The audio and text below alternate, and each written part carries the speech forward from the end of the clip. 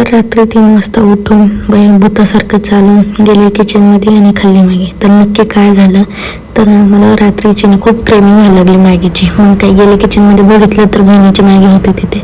मग घेतली ती मॅगी. म्हणलं आता जर कोणी बघितलं तर मारेल. आणि मला माहीतच नाही नक्की टी व्ही कोणी लावलेलं मागे, कारण मी तर उठलेले झोपेतून आणि मला तर माहीत नाही की टी व्ही कोणी लागलेलं. ऑक्टोपस लागला असेल, शाळेत भूत असेल घरात. सो नंतर हळूच गॅस केलं चालू, कारण घरात अख्खे झोपलेले आणि जर कोणाला आवाज गेल्यानंतर माझी बँडच वाजेल. तसं पण उद्या बँडच वाजणार आहे, कुठे मी राहणार आहे बँड वाजायची, कारण बहिणीची मॅगी तिने जर उद्या घेतली ना मॅगी खाल्ली मी, माझी बँड वाजणार पक्की. मग घेतली प्लेट आणि टाकली मॅगी. पण थोडंसं म्हणलं डान्स करून घ्या. डान्स झाल्यानंतर मॅगी खाल्ली, पण व्हिडिओज काढायचं विसरले. जाऊ द्या, काय मॅगीच्या पुढं कुछ